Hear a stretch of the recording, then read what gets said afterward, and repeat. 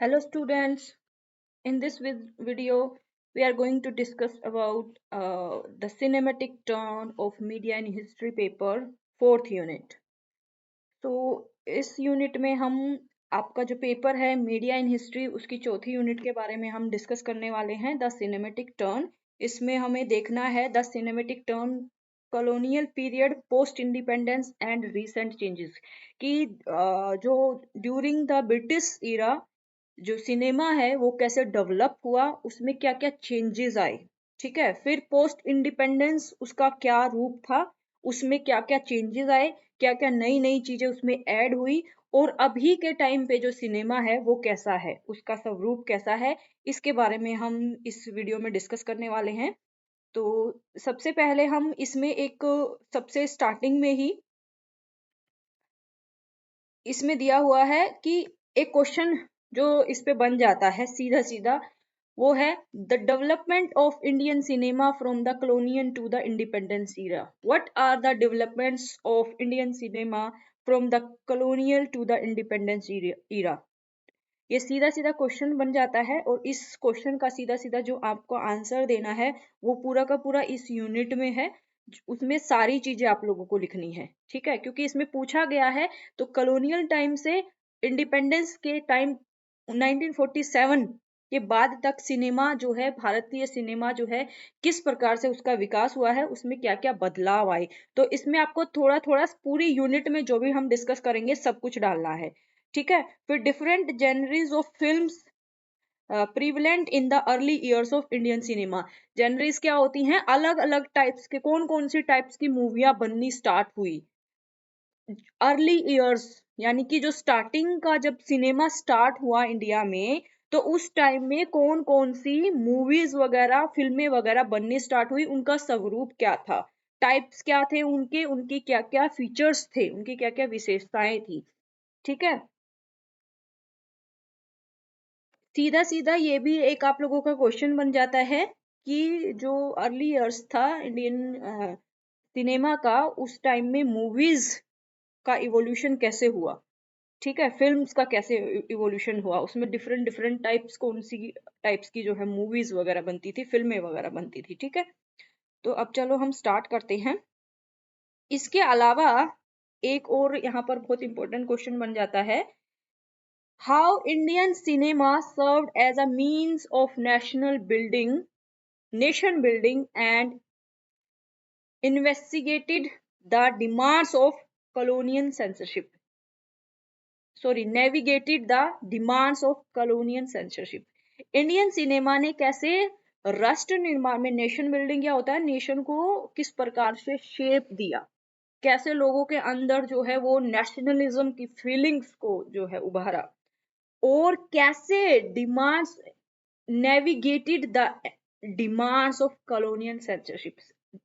British era के time पे कौन कौन सी इस पे सेंसरशिप लगाई। सेंसरशिप क्या होती है, किसी भी चीज को रोकने के लिए उसको प्रिवेंट करना, सॉरी, उसको प्रिवेंट करना, यानी कि उसको रोकना कि इस प्रकार की चीजें जो हैं ना पब्लिश हो, ना दिखाई जाएं। ठीक है, वो सेंसरशिप होती है, कुछ रूल्स एंड रेगुलेशंस जो अथॉरिटीज लगा देती हैं, उसके बारे में हमें इसमें डिस्कस करना है। और assess the impact of forces of globalization and privatization in terms of both cinematic content and technology। किस प्रकार से ग्लोबलाइजेशन ने और प्राइवेटाइजेशन ने जो सिनेमैटिक कंटेंट है, यानी कि जो मूवीज हैं, फिल्म्स हैं, उसमें किस प्रकार की मूवीज और फिल्म्स दिखाई जा रही है। कंटेंट क्या होता है, जो उसमें दिखाया जाता है, और उसमें कौन कौन सी टेक्नोलॉजी यूज हो रही है, उसमें कौन कौन से चेंजेस आए, और उसका इम्पैक्ट ग्लोबलाइजेशन का और प्राइवेटाइजेशन का उन पे क्या जो है इम्पैक्ट हुआ, प्रभाव हुआ, इसके बारे में हमें डिस्कस करना है। ठीक है, तो इम्पैक्ट में हम देखेंगे कि ग्लोबलाइजेशन से क्या हुआ आफ्टर 1990s, 1990 के बाद में इंडिया ने क्या किया था, मिक्स्ड इकोनॉमी अपना ली। मिक्स्ड इकोनॉमी अपनाने का मतलब कि पहले क्या था, इसमें हमारा प्राइवेटाइजेशन ऐड हो गया। मिक्स्ड इकोनॉमी का मतलब होता है कुछ फर्म्स सरकार के अंडर चलती हैं, कुछ फर्म्स जो हैं प्राइवेट एंटरप्राइजेस, यानी कि प्राइवेट बिजनेस के अंडर चलती हैं। तो सिनेमा में किस प्रकार से ये बिजनेस आया, ठीक है, क्योंकि हमने देखा ना कि जो पीछे वाली हमारी वीडियोस थी, जो पीछे वाली हमारी यूनिट्स थी, उनमें हमने ब्रिटिश ईरा के टाइम पे देखा तो कि सारा का सारा किसके कंट्रोल में होता था, ब्रिटिशर्स के कंट्रोल में होता था। और आफ्टर इंडिपेंडेंस भी हमने देखा कि गवर्नमेंट ने इस फील्ड में बहुत बड़ा रोल प्ले किया। फिर कैसे धीरे धीरे जो है ये सारी चीजें, ये वाली फील्ड भी जो है प्राइवेट की गई, ठीक है। इसमें फिर हम देखेंगे कि किस प्रकार से नए नए प्राइवेट चैनल्स इसमें ऐड हुए। पहले क्या था, एक ही था, दूरदर्शन, ठीक है। दूरदर्शन के बाद फिर हम देखते हैं 1990 के बाद में बहुत बड़ा चेंज आता है, ग्लोबलाइजेशन का जो है दौर स्टार्ट होता है, ग्लोबलाइजेशन ईरा स्टार्ट होता है। और फिर इसमें जो बाहर की कंपनीज के जो चैनल हैं, बाहर की कंपनीज के द्वारा जो बनाई गई मूवीज हैं, वो भी भारत में दिखाई जाने लग गई, ठीक है। ये है ग्लोबलाइजेशन और प्राइवेटाइजेशन इन सिनेमा। फिर इसमें सिनेमा में इम्पैक्ट क्या पड़ा कि नई नई, क्योंकि बाहर विदेशों की मूवीज यहाँ पर आ रही थी, विदेशी सिनेमा यहाँ पर आ गया, विदेशी चैनल यहाँ पर आ गए, तो बहुत सारी कंट्रीज क्या थी, डेवलप कंट्रीज, तो उनका सिनेमा, उनकी टेक्नोलॉजी हमसे कहीं गुना ज्यादा डेवलप थी, ठीक है। और उसका फिर हमारे यहाँ पर किस प्रकार से प्रभाव पड़ा, वो हम इसमें डिस्कस करने वाले हैं, ठीक है। तो सबसे पहले हम देखते हैं कि इंडिया में जो सिनेमा है वो कब आया, ठीक है। Advertise at the marvels of the century, cinema came to India by the agents of the Lumiere brothers in 1896। 1886 में भारत में सिनेमा आया, ठीक है। Within 6 months of cinema's international depth, यानी कि जैसे ही इंटरनेशनल लेवल पर जैसे ही सिनेमा इंट्रोड्यूस हुआ, उसके 6 महीने के तुरंत बाद ही भारत में भी ये क्या हो गया, सिनेमा आ गया, ठीक है।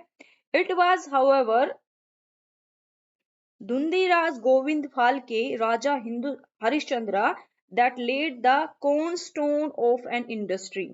लेकिन भारत में सिनेमा की जो हम बोल सकते हैं नींव किसने रखी, गोविंद फाल्के ने। कौन सी मूवी के द्वारा, राजा हरिश्चंद्र। इसका नाम क्यों लिया जाता है, क्यों, क्योंकि इस फिल्म को बहुत जो है लार्ज ऑडियंस ने, बहुत ज्यादा अमाउंट में इस मूवी को देखा गया, ठीक है। हालांकि 1896 में ही आ गया था, लेकिन जो सबसे फेमस हम बोल सकते हैं मूवी फिल्म जो हुई वो थी राजा हरिश्चंद्र, ठीक है।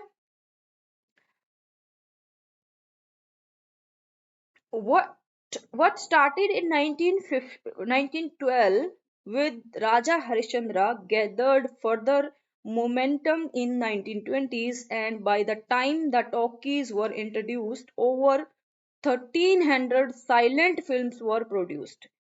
क्या जब राजा हरिश्चंद्र फिल्माई गई थी 1912 में, ठीक है, उसके बाद तक राजा हरिश्चंद्र कौन पहली बोलने वाली मूवी थी, ठीक है।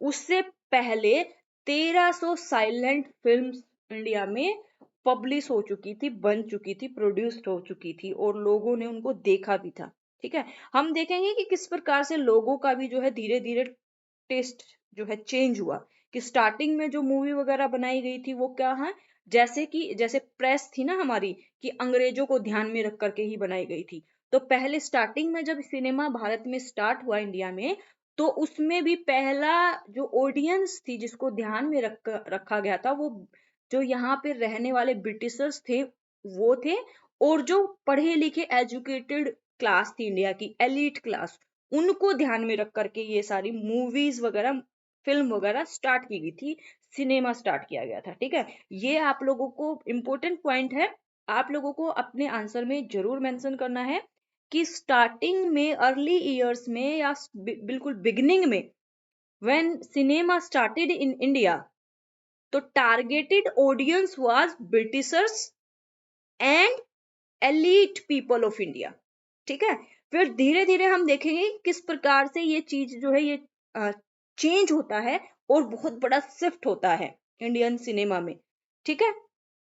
In the decades that were to follow Indian independence, cinema continued its close relationship with nation building and nationalism, while simultaneously providing a cultural critique of post colonial India, its inherent inequalities, and its alienation of those on the margins, particularly through parlor cinema.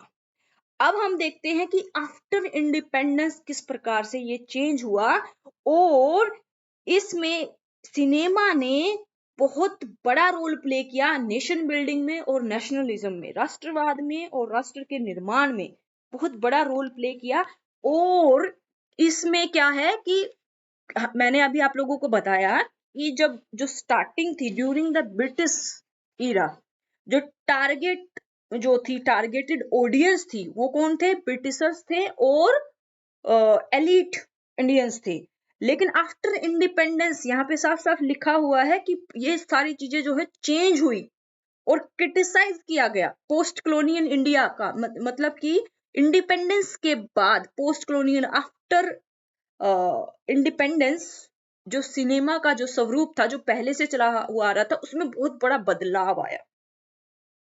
In the following, अच्छा ये इसमें इतना ज्यादा ये important point है, आप लोग जो है अपने क्वेश्चन में इसको मेंशन जरूर कर देना इससे रिलेटेड जो भी।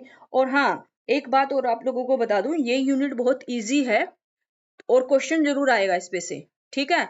तो कोशिश करना है ये वाली यूनिट आप कवर कर लो और अच्छे से इसको समझ लो, चाहे किसी भी तरह का टाइप का क्वेश्चन आ जाए, लेकिन जो मटेरियल रहेगा उसका जो कॉन्टेक्ट कॉन्टेक्स्ट रहेगा वो यही रहेगा, उसके अंदर आप लोगों को यही सारी चीजें डिस्कस करनी होंगी। 2-3 क्वेश्चन मैंने आप लोगों को ऑलरेडी डिस्कस कर लिए हैं कि कौन से इसमें से इंपॉर्टेंट क्वेश्चंस बन सकते हैं। उसी तरीके को क्वेश्चन पूछे जाएंगे, बस घुमा फिरा करके पूछे जाएंगे, लेकिन उन क्वेश्चंस के अंदर आंसर जो लिखना है वो यही लिखना है। इसी में से ही घुमा फिरा करके आप लोगों को उसको मैनेज करके प्रॉपर तरीके से उसको फ्रेम करके आंसर लिखना है, ठीक है। अब हम देखते हैं cinema during the colonial period. औपनिवेशिक काल में सिनेमा जो है वो कैसा था, ठीक है। In the first decade of 20th century, films were showcased by what were known as the traveling showmen, men who would travel across countries to exhibit their films in makeshift tents, which were eventually replaced by more permanent structures in the form of the cinema places। जो starting का जो 20वीं शताब्दी के 20th century की जो films थी ना, उसको कैसे उन फिल्म में क्या दिखाया जाता था, बेसिकली ट्रैवलिंग के बारे में दिखाया जाता था, ठीक है। और इसको बनाने वाले जो कौन होते थे, ट्रैवलर्स होते थे, वो अपनी स्टोरीज वगैरह दिखाते थे इनमें, ठीक है। और इनको कहाँ पे दिखाया जाता था, जो टेंट्स होते थे, शिफ्ट किया जा सकता था, टेंट्स के अंदर दिखाया जाता था, ठीक है। यानी कि कोई परमानेंट स्ट्रक्चर नहीं होता था जहां पे ऑडियंस जाकर के देख सके, टेंट्स लगाए जाते थे, टेम्परेरी टेंट्स लगाए जाते थे, फिर वहां पर जो है इन मूवीज वगैरह को दिखाया जाता था, ठीक है। और फिर बाद में इसमें जो है परमानेंट जो है स्ट्रक्चर्स बने इनके, जिनको हम आज सिनेमा के नाम से जानते हैं। बाद में ये सारे चेंजेस आए, लेकिन स्टार्टिंग में किस प्रकार से दिखाया जाता था, टेंट्स में दिखाया जाता था, जो मूवेबल होते थे, इधर उधर ले जाए जा सकते थे। These films were largely imported from Europe and focused on the interest of the British residents and the elite educated Indians, but with the outbreak of the First World War, European film production and distribution were greatly hindered, allowing for American films to dominate the Indian market so much so that in 1923, 90% of imported films by the Calcutta-based Madan theatres came from America. देखो मैंने already आप लोगों को ये point discuss किया था, इसमें और डिटेल से बताया हुआ है यहाँ पर। वो क्या है कि जो स्टार्टिंग की जो मूवीज बनी थी वो कहाँ से, वो यूरोप से ही इंपोर्ट करके लाई जाती थी। इंपोर्ट का मतलब यूरोप में वो बनती थी, फिर वहां से कॉपीज लेकर के इंडिया में दिखाई जाती थी, ठीक है। और वो ये किसको टारगेट करते थे, जो ब्रिटिशर रेजिडेंट्स थे भारत में और जो एलिट और एजुकेटेड इंडियंस थे, उन्हीं को टारगेट करके, क्योंकि एक तो ये लैंग्वेज इनकी इंग्लिश थी, तो उन लोगों को ही समझ में आएगी, जो पढ़े लिखे भारतीय थे, जो एलिट थे, उन्हीं को समझ में आएगी, गरीब जनता को कहाँ से समझ में आएगी। और गरीब जनता के जो उस टाइम पे जो मनोरंजन के साधन होते थे वो क्या होते थे, लोक नृत्य, लोक संगीत। वो अपने आप में ही जो उनके लोक, उसमें लोकाचार में जो पब्लिक में जो उनके ट्रेडिशनल जो सॉन्ग्स वगैरह और ये सब चीजें थी, उन्हीं को देखा जाता था। और डांस वगैरह, नृत्य वगैरह जो हुआ करते थे, ठीक है। और स्पेशली जो राजा महाराजा थे वो मुजरा वगैरह करवाते थे, ठीक है। लेकिन धीरे धीरे फर्स्ट वर्ल्ड वॉर के बाद में बहुत बड़ा शिफ्ट हुआ। क्या? कि क्योंकि फर्स्ट वर्ल्ड वॉर में यूरोप का जो है भारी नुकसान हुआ, और ये नुकसान जो है हर फील्ड में उनको देखने के लिए मिला, ठीक है। उनके बहुत सारे सैनिक मारे गए, बहुत सारी मटेरियल लॉस हुआ उन लोगों का, बहुत सारी फाइनेंशियल लॉस हुआ, और उसका इम्पैक्ट का सिनेमा पे भी पड़ा, ठीक है। तो उससे क्या हुआ कि उन्होंने इस नया प्रोडक्शन में उसमें चेंजेस किए, उसमें उनके पास पैसा ही नहीं था नया प्रोडक्शन के लिए। और उसी टाइम पे क्या था, अमेरिका उभर रहा था कंट्री, ठीक है। और अमेरिका में फिर सिनेमा भी उभर रहा था। तो भारत में फिर क्या हो गया कि अमेरिकन फिल्म्स दिखाई जाने लग गई आफ्टर फर्स्ट वर्ल्ड वॉर, ठीक है। उससे पहले यानी कि 1914 से पहले तो यूरोपियन मूवीज दिखाई जाती थी इंडिया में। लेकिन 1914, 1919, 20 के बाद में क्या हुआ, शिफ्ट हुआ, और अमेरिकन मूवीज यहाँ पर दिखाई जाने लगी। और इसमें सबसे ज्यादा एक उस टाइम का जो थिएटर हुआ करता था वो था मदन थिएटर्स, ठीक है। जो कि कहाँ से 90% जो मूवीज हैं वो कहाँ से इंपोर्ट करते थे, अमेरिका से इंपोर्ट करते थे, यानी कि अमेरिकन मूवीज थी अगेन। लेकिन जो पॉपुलेशन थी देखने वाली, वो फिर से वही लोग थे, एलिट लोग ही थे। और कौन थे? जो ब्रिटिशर्स वगैरह थे, जिनको इंग्लिश लैंग्वेज आती थी, क्योंकि ये सारी की सारी मूवीज किस में होती थी, इंग्लिश में होती थी, ठीक है।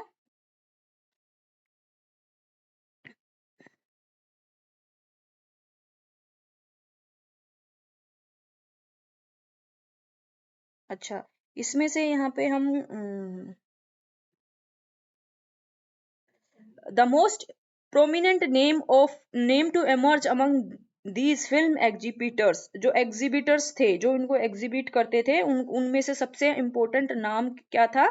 जो इनको exhibit करते थे, यानी कि प्रदर्शन करते थे, अब्दुल्ली इसोफली, ठीक है। इसका नाम था Abdulally Esoofally, who travelled across India to showcase films that he had collected from across Southeast Asia, and went on to establish the Majestic Theatre, which in turn was to showcase the first Indian talkie, Alam Ara in 1931।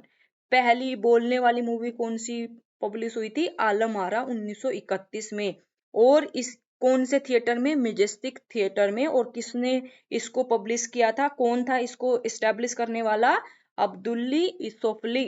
इन्होंने इस पहली बार जो है आलम आरा बोलने वाली movie बनाई, और इसको जो है क्या किया, लोगों को दिखाया। While Falke is hailed as the father of Indian cinema, his was neither the first film made in India nor was it was the first mythological. It was Harishchandra भतवा भतवादेकर or Save Dada as he was popularly known, who shot the first Indian short film, Wrestler, narrating a fight between two famous wrestlers in Bombay in 1899। हालांकि जो main जो जाना जाता है ना कि भारत का जो फादर ऑफ इंडियन सिनेमा कौन है, फाल्के उसको जानते हैं कि भारत का जो सिनेमा के जो फादर हैं उसको फाल्के को जाना जाता है, लेकिन और फाल्के अवार्ड भी दिया जाता है। लेकिन इससे फाल्के से पहले, हरिश्चंद्रा से पहले भी और भी बहुत सारी मूवीज बनी थी, जैसे कि रेसलर 1899 में बनी थी, ठीक है। और इसमें दिखाया गया था दो फाइटर्स के बारे में। मुंबई के, आज के टाइम में मुंबई बोलते हैं, उस टाइम पे बॉम्बे बोलते थे। बॉम्बे के दो फाइटर्स थे, रेसलर्स थे, उनके बारे में इस मूवी में दिखाया गया था। These films however were a collection of moving pictures. अच्छा, ये फिल्म्स जो होती थी वो कैसी होती थी?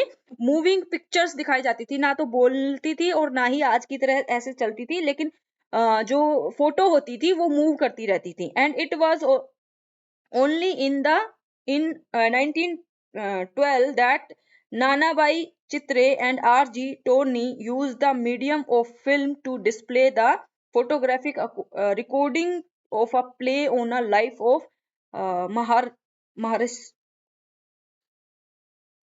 Maharashtrian संत इन द इपोनोमस पुंडालिक, ये मराठी भाषा में है, जो 1912 में इन्होंने जो है मूवी दिखाई थी, जो कौन सी थी, किस प्रकार थी, जिसमें मूविंग पिक्चर्स को प्रोजेक्ट करके दिखाया गया था। ठीक है, while the film was not a success it paved the way for a new era of Indian cinema, indigenously produced silent films. लेकिन ये मूवी इतनी ज्यादा फेमस नहीं हुई, लेकिन इसने क्या है, इंट्रोड्यूस किया इंडियन सिनेमा को। अब हम देखते हैं साइलेंट ईरा। सबसे पहला जो सिनेमा में जो स्टार्ट हुआ था वो था साइलेंट ईरा। पहली जो मूवियां दिखाई जाने लग गई थी वो मूक होती थी, साइलेंट होती थी, उनमें आवाज नहीं होती थी। ठीक है। So moved was Falke by the moving images in the life of the Christ that he gave up his career in printing to make a film on the travels of Krishna and Rama। इन्होंने जो फाल्के ने जो है movies बनाई थी the life of Christ, उसी के आधार पर ऐसे कृष्णा और रामा पे इन्होंने मूवीज वगैरह बनानी स्टार्ट की। However, owing to a lack of funds, he switched to another story that he believed to have a similar popular appeal, that of Harishchandra। इसमें इन्होंने इतना ज्यादा सक्सेस, फंड्स वगैरह नहीं मिले, तो इस पे मूवी कृष्णा और रामा पे इन्होंने मूवी नहीं बनाई। लेकिन इन्होंने किस पे, राजा इस पे हरिश्चंद्रा पे मूवी जो है फंड बनाना स्टार्ट की। When he release Raja Harishchandra in 1930 at coronation cinema in Bombay, the film ran for 23 days. और जब इन्होंने राजा हरिश्चंद्रा को जो है दिखाया, रिलीज की, कौन से सिनेमा में, कोरोनेशन सिनेमा इन बॉम्बे में 1913 में इन्होंने रिलीज की। और ये मूवी जो है, ये फिल्म जो है 23 डेज तक सिनेमा घरों में लगी रही थी, चली थी, और बहुत भीड़ ने इस मूवी को देखा था। The overwhelming success of the film has been attributed to its use of mythological story that continue to be part of oral and theatrical traditions। अब क्या है, राजा हरिश्चंद्र में कैसा क्या दिखाया गया था, इसमें इनमें दिखाया जाता था जो हिंदू मैथोलॉजी थी, यानी कि क्या बोलेंगे हम, अ, भगवान से संबंधित चीजें, और किस प्रकार से इस भगवान ने इस धरती का जो है, मतलब कि बेसिकली मोरल्स पे बेस्ड होती थी। ठीक है। और जिसमें सत्य को दिखाया जाता था, मतलब सत्य पे आधारित ज्यादातर इन सब चीजों पे ध्यान, मोरालिटी पे, नैतिकता पे ज्यादा ध्यान दिया जाता था कि अगर अच्छा करोगे तो अच्छा होगा, बुरा करोगे तो बुरा होगा। इस टाइप की मूवीज वगैरह स्टार्टिंग में जो बनने लगी थी ना, वो इस धर्म के बारे में दिखाया जाता था कि किस प्रकार से भगवान राम ने जो है धर्म के आधार पर रावण को पराजित किया, किस प्रकार से कृष्णा ने जो है कंस का वध किया। ठीक है ना, इस प्रकार की मैं एग्जाम्पल दे रही हूँ। ठीक है, इस प्रकार की जो है मैथोलॉजिकल जो चीजें थी, वो सारी चीजों के ऊपर जो है बेस्ड होती थी। लेकिन आज के टाइम की तरह नहीं है, आज की टाइम की मूवीज क्या है, वो अलग है। ठीक है। तो आज की टाइम की मूवीज तो आपको पता ही होगी, लेकिन उस टाइम की जो मूवीज थी जब स्टार्टिंग में बनने लगी, वो बिल्कुल अलग थी। ठीक है। और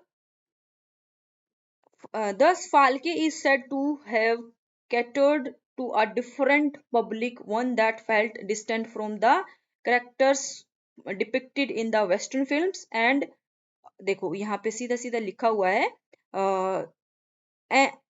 कि जो फाल्के ने जो मूवीज वगैरह बनाई ना, पहले में क्या था, वेस्टर्न फिल्म्स में जो है अलग तरीके की मूवियां दिखाई जाती थी, लेकिन फाल्के ने जो क्या है, ऐसी मूवीज बनाना स्टार्ट की जो कि इंडियन जो आम जनता थी उनको बहुत पसंद आई।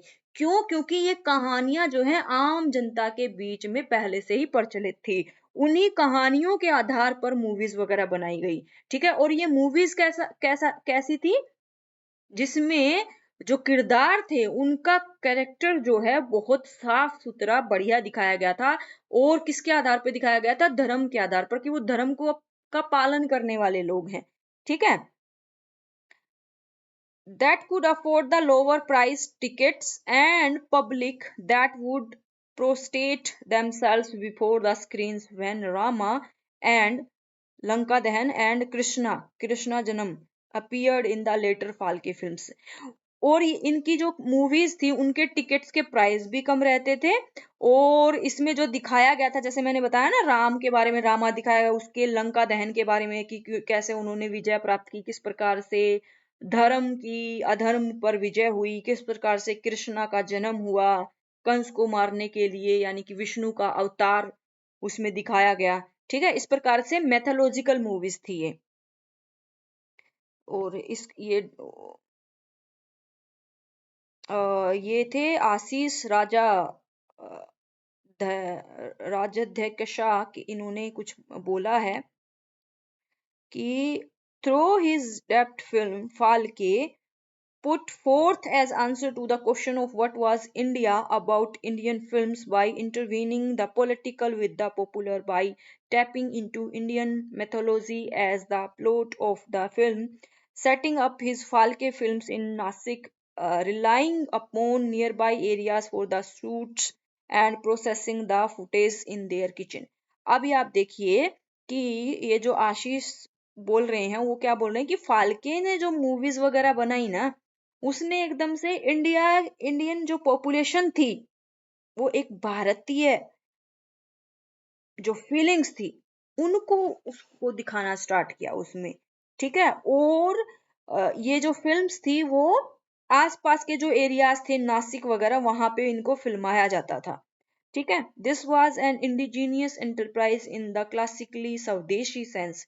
और इस प्रकार से, क्योंकि स्वदेशी सेंस क्यों बोल रहे हैं इसको, और इंडिजीनियस इंटरप्राइजेस क्यों बोल रहे हैं, क्योंकि पहले मैंने आप लोगों को बताया ना कि किस प्रकार से ब्रिटिशर्स को फोकस करके और बाहर की मूवीज को इंपोर्ट किया जाता था, अमेरिकन और यूरोपियंस। लेकिन फाल्के ने जो है इंडिया में ही बनाना स्टार्ट किया, इंडियन जो लोगों को जो टॉपिक्स पसंद थे उन पे बनाना स्टार्ट किया, और इंडियन जो जो ज्योग्राफी थी वहीं पर, जो एरियाज थे वहीं पर इंडियन रीजन में ही मूवीज बनाना स्टार्ट किया, स्पेसिफिकली नासिक वाले एरिया में। ठीक है,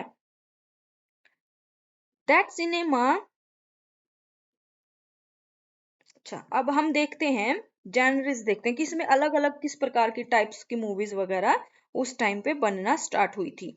the overwhelming success of Raja Harishchandra not only paved the way for the subsequent Phalke films but also ensured that films from the mythological genre came to dominate the Indian cinematic sense for the next few years। अब राजा हरिश्चंद्र की movie जो success हो गई, उसने किसके लिए एक रास्ता खोल दिया, मैथोलॉजिकल जेनरे वाली मूवीज के लिए, कि मैथोलॉजी पर जो जो भारतीय ज्ञान था चीजों को समझने का, ठीक है ना, वे ऑफ लाइफ था, ठीक है, किस प्रकार से लोग इस जीवन को देखते थे, उसके आधार पर जो है मूवियां बनने लग गई। और उससे क्या हो गया, सारी की सारी जो मूवीज थी वो ऐसी धार्मिक मूवी हुआ करती थी। ठीक है, this film were released on religious occasions. और ये जो मूवीज थी वो कब रिलीज होती थी, किसी धार्मिक उत्सव के टाइम पर, धार्मिक कोई त्योहार पे। ठीक है, and extensively relied upon stories with which the audiences were familiar. मैंने बताया ना कि ऐसी स्टोरीज को इन मूवीज में दिखाया जाता था जिसके बारे में वो कथाएं, वो लोक कथाएं लोगों के बीच में ऑलरेडी एग्जिस्ट करती थी, उनको मूवी के थ्रू दिखाया जाने लग गया। पहले क्या होता था कि हम भी छोटे जब थे तो अपने दादा दादी से कहानियां सुना करते थे, और हमसे पहले के लोगों के टाइम में क्या होता था, वो कहानियां ही एंटरटेनमेंट का उनका साधन हुआ करती थी, क्योंकि टीवी वगैरह ये सारी चीजें तो होती नहीं थी। तो यही सारी स्टोरीज पे मूवीज बनाई गई और लोगों को दिखाया गया, तो ऑब्वियसली वो फेमस तो होनी ही थी, लोग जो सुनते थे वो लोग देखने लग गए। Thus, the mythological not only served as the founding genre of Indian cinema, but also went on to establish itself as one of the most popular and productive genres of Indian silent cinema, ensuring that Hindu religious symbols and practices became part of the visual culture of Indian cinema and indeed of Indian culture। इस प्रकार से हम देखते हैं कि जो mythological जो stories थी, उन्होंने जो फर्स्ट इंडियन सिनेमा का हम बोल सकते हैं जेनरी यानी कि टाइप की मूवीज जो बननी थी वो कौन सी थी, मैथोलॉजिकल थी। और उन्होंने बहुत ही ज्यादा हम बोल सकते हैं साइलेंट ईरा में भी ये बहुत ज्यादा फेमस हुई। और इनमें जो है किस प्रकार से ये रिलीजियस सिंबल्स और प्रैक्टिसेस को इसमें दिखाया जाता था। और भारतीय कल्चर, जो भारतीय सिनेमा का जो कल्चर है वो उसका बहुत ही अहम हिस्सा बन गई। और इस पर क्योंकि वो क्या था कि भारतीय जो जनता थी, स्पेसिफिकली जो हिंदूज थे, उनकी से संबंधित कहानियां इसमें दिखाई जाती थी और उन्हीं वही सारी चीजें फिर उन लोगों को बहुत पसंद आती थी। By the early 1920s, mythology had made room for devotional films such as the Narsimha Mehta, Bhakta Vidur and Bhakta Prahlad। इन्हीं चीजों को लेकर के 1920 में जो नरसिन्हा मेहता है उन्होंने दो मूवी बनाई, कौन सी, भक्ता विदुर और भक्त विदुर और भक्त प्रहलाद। ठीक है, 1921 और 1920 में। और नरसिन्हा मेहता 1920 में ये मूवीज बनी। इस और इन सारी मूवीज में भी क्या दिखाया गया, वही मैथोलॉजी दिखाई गई, हिंदू मैथोलॉजी के बारे में दिखाया गया, अवतार के बारे में दिखाया गया, विष्णु के अवतार के बारे में दिखाया गया। The devotional films were, devotional कौन सी होती है, भक्ति पे आधारित। The devotional films were made on the lives of भक्ति संत, for example Tukaram, Kabir and Mirabai. और भी जो भक्त उस टाइम के भक्ति जो संत हुआ करते थे, जैसे कि तुकाराम हो गया, कबीर हो गया, मीराबाई हो गया, इनको भी इनके जीवन से संबंधित जो कहानियां प्रचलन में थी उन पे मूवीज वगैरह बनाई गई। ठीक है। There is, however, no Islamic film genres akin to the mythological and devotional films, given the restrictions of depiction of God and his prophets in Islam. Nevertheless, films pertaining to the socio-cultural lives of Muslims were to develop into their own genre. अब हमें सिर्फ Hindus का ही नहीं देखना है, उस time पे Muslims भी थे, तो मुस्लिम्स जनरेशन किस प्रकार की फिल्म्स जो है मूवीज वगैरह पसंद करती थी और किस प्रकार की मूवीज बनती थी। तो उनके में कौन सा उनकी हमारे हिंदूज में तो क्या था, हिंदूज जो भगवान थे, जो भक्त वगैरह थे, उनकी मूवीज दिखाई जाती थी। लेकिन मुस्लिम्स में इस तरीके की मूवी नहीं दिखाई जाती थी। मुस्लिम्स में क्या दिखाया जाता था, जो मुस्लिम्स का सामाजिक और जो सांस्कृतिक जीवन था उसके बारे में जो है मूवीज बनती थी। Socio culture lives of Muslims were to develop into their own genre. Muslims की कौन से टाइप्स की मूवीज बनती थी, जिसमें मुस्लिम्स का सोशियो कल्चरल लाइव्स यानी कि उनका सामाजिक और सांस्कृतिक जीवन के बारे में दिखाया जाता था, ना कि जो मुस्लिम्स के प्रोफेट्स यानी कि जिनको मुस्लिम्स मानते थे उनकी जीवन कथाएं नहीं दिखाई जाती थी। ठीक है। For example, the Muslim socials and even during the silent cinema, the fantasy films made were referred to the Mohammedan pictures. Bulbul Persian, ये मूवी बनी थी उस टाइम पे 1926 में, and drew upon a display of pageantry and spectacle associated with Islamic code. मैंने बताया ना कि इस्लाम्स के बारे में ही उनके जीवन के बारे में ही दिखाया जाता था। A significant film in this regard is गुल ए बकवली। उस टाइम की एक जो बहुत फेमस, जो मुस्लिम पॉपुलेशन में सबसे ज्यादा फेमस हुई, उस मूवी का नाम है गुल ए बकवाली। 1924 में ये पब्लिश हुई थी। ठीक है। First truly national commercial hit in India, जो कि मुस्लिम्स की सबसे ज्यादा फेमस मूवी थी और उसने बहुत ज्यादा जो है इंडिया में जो है अपनी, उस टाइम की हम बात कर रही हैं 1924 की, जब यहाँ पर इंडिया पाकिस्तान कोई भी दो कंट्री नहीं थे उस टाइम पे, ब्रिटिशर्स यहाँ पर थे। ठीक है। That blossomed into the creation of the biggest genre in Lahore, the Mughal epics, with three films, The Loves of Mughal Prince, Anarkali and Siraz। ये मूवीज जो है उस टाइम पे इसी के आधार पर बनाई गई 3 मूवीज। ये भी आप लोगों को जरूर ऐसा मत करना कि सिर्फ हिंदू मूवीज को ही मेंशन कर दो, आपको मुस्लिम मूवीज के बारे में भी, मुस्लिम पॉपुलेशन उनका कैसा टेस्ट था मूवीज को लेकर के, कौन से जेनरीज थे उसमें, उन सब के बारे में भी डिस्कस करना है। ठीक है, all released in the same year. 1928 में ये तीनों मूवीज जो हैं मुस्लिम्स के पॉपुलेशन को ध्यान में रखते हुए बनाई गई थी, रिलीज हुई थी। ठीक है, इतना डिस्कस करने से हो जाएगा। अच्छा, इसके बाद जो है stunt films formed another genre that captured the audience imagination. The phenomenal success of The Thief of Baghdad 1926 in India inaugurated a new set of films that centered on the rivalry between the hero and the villain. अच्छा, 1926 में the thief of Baghdad एक movie publish हुई जिसमें क्या है, hero और villain वाला concept आ गया। क्योंकि पहले कैसी मूवी, फर्स्ट जनवरी में कौन सी मूवी दिखाई जाएगी गई थी, मैथोलॉजिकल। तो आपको कैसे लिखना है, फर्स्ट जो जनवरी थी वो कौन सी थी, मैथोलॉजिकल मूवीज थी। अब आ गई हीरो और विलन वाली, राइवलरी वाली। ठीक है, इसमें क्या है कि एक इंसान जो है हीरो होता है, जो आप लोग आज के टाइम में भी जो है कुछ कुछ क्या ऑलमोस्ट ये सारी चीजें जो है मूवीज में दिखाई जाती हैं।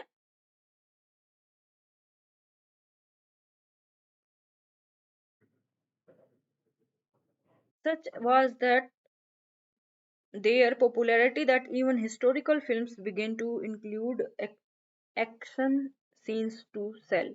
अब धीरे धीरे देखो क्या हो गया, as the good and the evil were generously interspersed with fight sequences and served as an important site for the emergence of women stunt actors, from Miss Jones to Armile to fearless Nadia. अब उसमें क्या दिखाया जाने लग गया, अब hero और villains आ गए और स्टंट वगैरह दिखाए जाने लग गए इसमें। ठीक है ना, एक्शन मूवी, एक्शन सीन्स इसमें दिखाए जाने लग गए, और इस प्रकार से एक प्रकार हम देखते हैं एक्शन मूवीज की जो है इसमें स्टार्टिंग हो जाती है। Another crucial genre that emerged alongside was that of the social films of socials. अब एक और जो अलग टाइप की जो जेनरे इस्टेब्लिश हुआ, एक तो मैथोलॉजिकल जो सबसे पहले स्टार्ट हुई, दूसरा अब एक्शन वाली आ गई, अब तीसरा आ गया socials.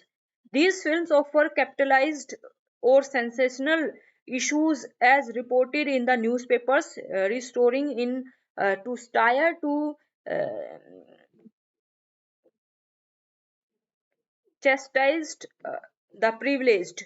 As Bhumik pointed out, by 1928 the socials included a range of subgenres, from detective to social romance to social problems, and featured the hero as an agent of social change, addressing a wide variety of issues, be it Kahneman masquerading as sadhus or social problems affecting the ideal Indian family, such as gambling and promiscuity, and or addressing intercaste marriages. अब इसमें क्या दिखाया जाने लगा, अब एक और नई जनरी जो सोशल्स वाली ऐड हुई, इनमें क्या दिखाया जाता था कि किस प्रकार से जो सोशल इश्यूज हैं, जो सोशल प्रॉब्लम्स है, उनको इसमें दिखाया जाने लगा, और जो इश्यूज रिपोर्ट होते हैं, सामाजिक जो इश्यूज न्यूज़पेपर्स में दिखाए जाते हैं, उन पे मूवीज वगैरह बनने लगी। और इसमें क्या दिखाया जाने लग गया कि किस प्रकार से एक जो है आइडल इंडियन फैमिली होनी चाहिए। ठीक है, जिसमें कि जो है हीरो को, जो हीरो होता है वो अच्छा होता है, और एक जो बुरा फैमिली का मेंबर होता है जो गैम्बलिंग वगैरह करता है। ठीक है, उसके बारे में इन सब सारी इसमें दिखाई जाने लगी। ये सोशल इश्यूज थे उस टाइम के, सामाजिक समस्याएं उस टाइम पे ये सारी इंडियन सोसाइटी फेस कर रही थी, उनके बारे में इस मूवीज में दिखाया जाने लगा। The various genres of films thus catered to different audiences, segregated along the lines of their race. अब अलग अलग इस प्रकार से अलग अलग जेनरीज की जो मूवीज बनने लगी ना, फिल्म्स बनने लगी, उसमें से जो ऑडियंस थी उनको भी सेग्रीगेट कर दिया, यानी कि अलग अलग कर दिया, और अलग अलग उसकी जो है लाइन बन गई कि कुछ पर्टिकुलर जो जनरेशन्स थी, पर्टिकुलर जो पॉपुलेशन थी, वो पर्टिकुलर टाइप की मूवीज देखती थी, किसी एक जनरी टाइप की मूवी देखती थी, दूसरा जो है दूसरी टाइप की देखती थी, ठीक है। With Europeans and educated Indians preferring foreign films, जो यूरोपियंस थे और जो इंडियंस थे, जो एजुकेटेड एलिट इंडियंस थे, वो कौन सी मूवीज देखते थे, तो फॉरेन की में बनी हुई मूवीज थी वही देखते थे।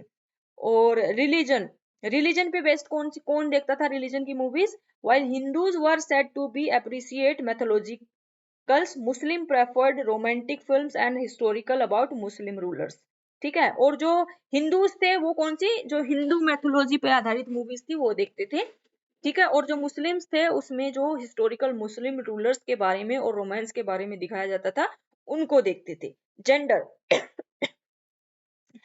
क्या था, fewer women went to the movies, बहुत कम औरतें जो हैं मूवीज देखने जाया करती थी, ज्यादातर मेल जो पॉपुलेशन थी वही जो है मूवीज देखने जाते थे। क्लास में कौन मूवी देखने जाते थे, यानी कि अमीर गरीब में से कौन ज्यादा देखता था, the working class were fond of stunts romance and comedy, while the illiterates gravitated towards mythological and romance. जो वर्किंग क्लास थी, जो कामकाज करने वाली जो थे, वो कौन कौन सी मूवी देखते थे, स्टंट वाली, ठीक है, रोमांस वाली, कॉमेडी वाली। और जो इलिटरेट थे, जो अनपढ़ थे, पढ़े लिखे नहीं थे, वो लोग मैथोलॉजिकल और रोमांस वाली मूवीज ज्यादा देखा करते थे। एंड रिलीजन की अगर हम बात करें तो while mythological were said to the popular in Madras, historicals, especially those centered on Shivaji, were popular in Bombay. Of course, a good film could cut across all these devices. हालांकि जो mythological reason की अगर हम बात करें, reason मतलब areas की अगर हम बात करें, तो मद्रास में ज्यादातर कौन सी मूवीज देखी जाती थी, मैथोलॉजिकल, ठीक है, और हिस्टोरिकल। और इस प्रकार, और जो शिवाजी हिस्टोरिकल मूवीज कहाँ देखी जाती थी, बॉम्बे में। मद्रास में मैथोलॉजिकल मूवीज ज्यादा देखी जाती थी, बॉम्बे में ज्यादातर हिस्टोरिकल मूवीज देखी जाती थी। और लेकिन यहाँ पर एक इंपॉर्टेंट बात नोट करने वाली ये है कि जो अच्छी मूवीज होती थी, वो जितनी भी डिवीजन हमने अभी बताई ना, कि जो ऑडियंस की जो डिवीजन थी, कितनी प्रकार की ऑडियंस थी, और वो उस ऑडियंस के हिसाब से ही वो ऑडियंस जो है अपना टाइप की मूवीज वगैरह देखा करती थी, ठीक है। लेकिन अच्छी मूवी क्या होती थी, जितनी भी कैटेगरीज हैं कि ऑडियंस जो है अच्छी मूवीज को हर प्रकार की ऑडियंस देखती थी, ना तो उसमें कोई ये था रेस वाला कोई कंसेप्ट था कि यूरोपियंस जो है वो इंग्लिश मूवीज देख रहे हैं, नहीं, मुस्लिम्स जो है अपनी हिस्टोरिकल मूवीज देख रहे हैं। अगर अच्छी मूवी होती थी तो वो सारी की सारी जितनी भी ये कैटेगरीज है ऑडियंस की, वो सब देखा करती थी, ठीक है। Thus, between 1920s and 1931, India saw its first boom in indigenous film production, wherein the number of feature films jumped from 3 in 1918 to 209 in 93। अब देखो 1920 से 1931 तक इतना सारा जो है फिल्म प्रोडक्शन जो है इतना बूस्ट कर गया कि 1918 में में 3 मूवीज थी, और 1931 तक 209 मूवीज बन चुकी थी, with over half of the 20 theaters in Bombay showing Indian films at least part of the time। अच्छा, ज्यादातर मूवियां, जो मूवी थिएटर्स थे वो कहाँ थे, बॉम्बे में थे, ठीक है। और ज्यादातर क्या है, जो ज्यादातर मूवीज वगैरह कहाँ चलाई जाती थी, बॉम्बे में ही चलाई जाती थी, ठीक है। allowing cinema to emerge as the crucial form of entertainment with its potential to mobilize millions of peoples। और इस सिनेमा ने जो है लोगों को मोबिलाइज करने में बहुत इंपॉर्टेंट रोल प्ले किया, और मोबिलाइज करने में भी, mobilize in the sense entertainment की फील्ड में, ठीक है।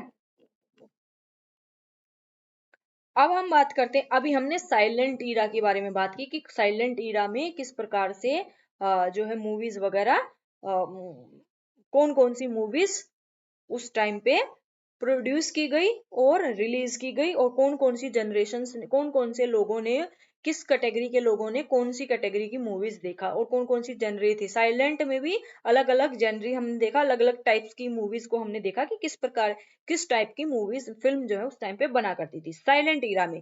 अब हम देखते हैं टॉकीज। टॉकीज का मतलब है बोलने वाली चीज, मूवी कब बनना स्टार्ट हुई, ठीक है। The 1930s 40s, however, saw a proliferation of indigenous film production catalyzed by the advent of talkies। 1930 और 40 में जो है बोलने वाली मूवीज जो है बनने लगी, which allowed indigenous films to capture the domestic markets. और इन्होंने जो है जो डोमेस्टिक मार्केट थी उसको जो है कैप्चर कर लिया। women from respectable communities who were to take in the cinema in a hitherto unprecedented manner and in influx of capital curiosity of the war। और हम देखते हैं कि विमेन्स वगैरह ने भी 1930s में पार्टिसिपेट करना स्टार्ट कर दिया था।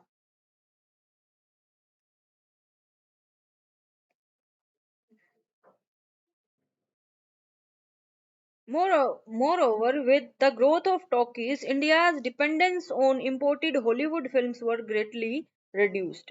अच्छा, जब टॉकीज जब बोलने वाली मूवीज जो बनने लग गई तो इंडिया ने जो हॉलीवुड मूवीज थी उनको जो वो इंपोर्ट करता था वो रिड्यूस्ड होगी। When the first Indian talkie Alamara released in 1931 was released, it opened the question of what would be the lingua franca of the talkies, leading on the part of the emergence of films in regional languages along with the development of Hindustani and Urdu as the language of popular cinema। जैसे ही talkies movies बनने लग गई यानी कि बोलने वाली जैसी फिल्में बनने लग गई, अब क्वेश्चन ये आ गया कि भाई इन मूवीज का जो इन फिल्म्स की भाषा कौन सी होनी चाहिए, कौन सी भाषा में ये मूवीज में जो है भाषा कौन सी दिखाई जाएगी, भाई कौन सी भाषा का यूज किया जाएगा। तो बोला कहा कि इसमें जो है बेसिकली जो रीजनल लैंग्वेजेस थी हिंदुस्तानी और उर्दू। हिंदुस्तानी में क्या था, बेसिकली हिंदुस्तानी में हिंदी भाषा और उर्दू भाषा मिक्स थी, ठीक है, और एक उर्दू भाषा थी उस टाइम पे, क्योंकि हम बात कर रहे हैं ब्रिटिश सीरा की कॉलोनियल टाइम की, उस टाइम के मूवीज 1930-40 के टाइम की हम बात कर रहे हैं। और 1931 में जब पहली बोलने वाली मूवी बनी तो सामने ये क्वेश्चन आ गया कि जो भाषा है वो कौन सी होनी चाहिए।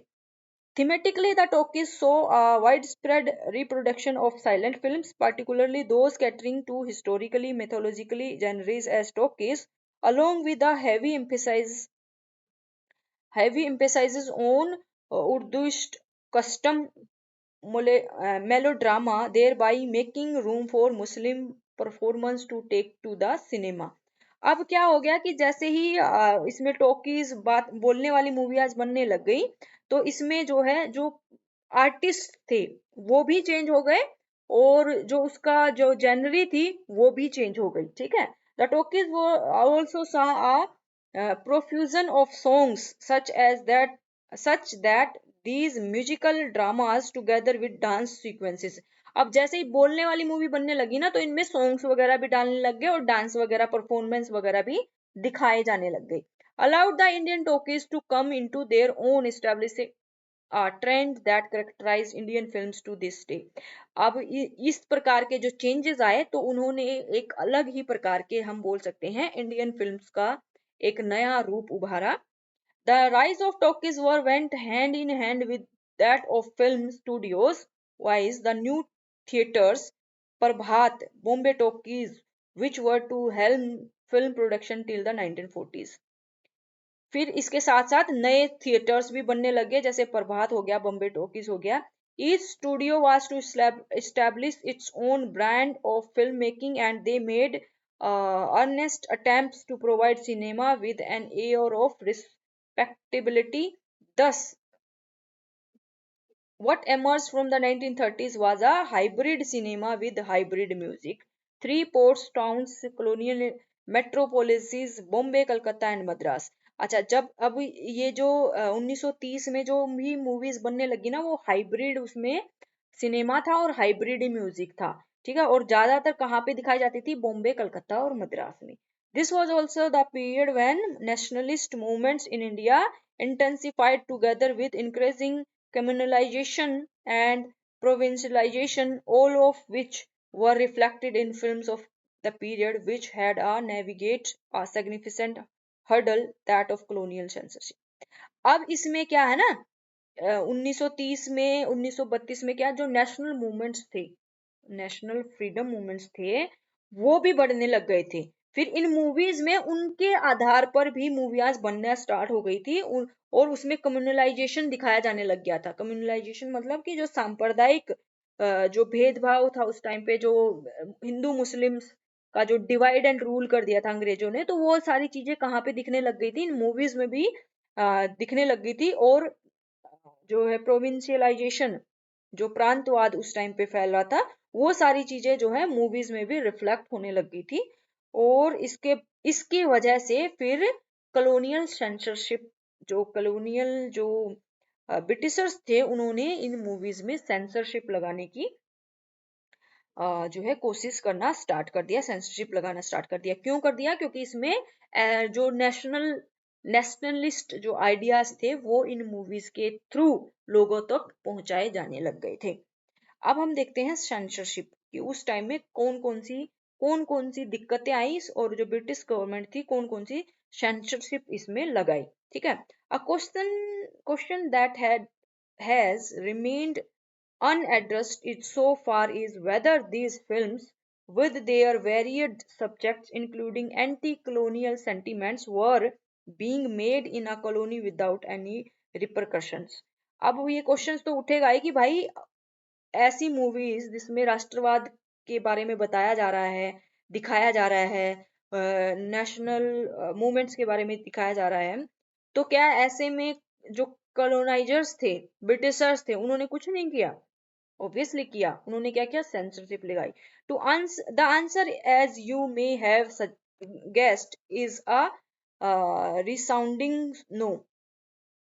Since its inception, Indian films had to navigate the stringent rules of colonial censorship. Colonial censorship of cinema can be seen as extension of series of legislative measures. colonial censorship क्या थी? जिसमें कि बहुत सारे कानून वगैरह बनाए गए थे, series of legislative measures that were undertaken in the 19th century to check nationalistic ideas in dramas and seen in the Dramatic Performances Act of 1876 and in Indian literature, culminating in the Press Act of 1910, which established imperial control over modes of public entertainment। बहुत important point है, जरूर आप लोगों को ये याद करना है कि कॉलोनियल सेंसरशिप क्या होती है। कॉलोनियल सेंसरशिप होती है of cinema can be seen as extension of series of legislative measures that were undertaken in the late 19th century to check nationalistic ideas in dramas। कि ऐसा तो नहीं है कि जो नेशनलिस्टिक आइडियाज हैं, जो राष्ट्रवादी विचार हैं, उनको तो नहीं दिखाया जा रहा है ड्रामाज में। As seen in the dramatic performance act 1876, 1876 में ड्रामेटिक परफॉर्मेंस एक्ट लेकर के आई ब्रिटिश गवर्नमेंट, और उसमें ये बोला गया कि ये चेक करना कि जो सिनेमाज में जो ड्रामा वगैरह दिखाए जा रहे हैं, जो मूवीज वगैरह दिखाई जा रही हैं, उसमें ऐसा तो नहीं है कि कोई अंग्रेजों के खिलाफ राष्ट्रवादी नेशनलिस्टिक आइडियाज कौन से हुए? ब्रिटिशर्स के खिलाफ दिखाना कि ब्रिटिशर्स हमारे साथ अत्याचार कर रहे हैं, हमारे साथ गलत कर रहे हैं, हमें इनको उखाड़ के फेंकना है, हमें आजादी चाहिए, ऐसे आइडियाज तो नहीं दिखाए जा रहे हैं फिल्म्स में, ड्रामाज में। ठीक है, उसके बाद में Indian literature culminating in the press act of, फिर 1910 में एक और प्रेस एक्ट पास किया which established imperial control over modes of public entertainment, कि जो भी मोड्स ऑफ पब्लिक एंटरटेनमेंट थे उस पर इंपीरियल यानी कि जो कॉलोनाइजर्स थे हमारे, ब्रिटिशर्स का कंट्रोल हो गया। ठीक है, however films showed were initially seen as potential law and order problem as well and endangering the safety of the audience, given that the earliest shows took place in tents and could become a fire hazard।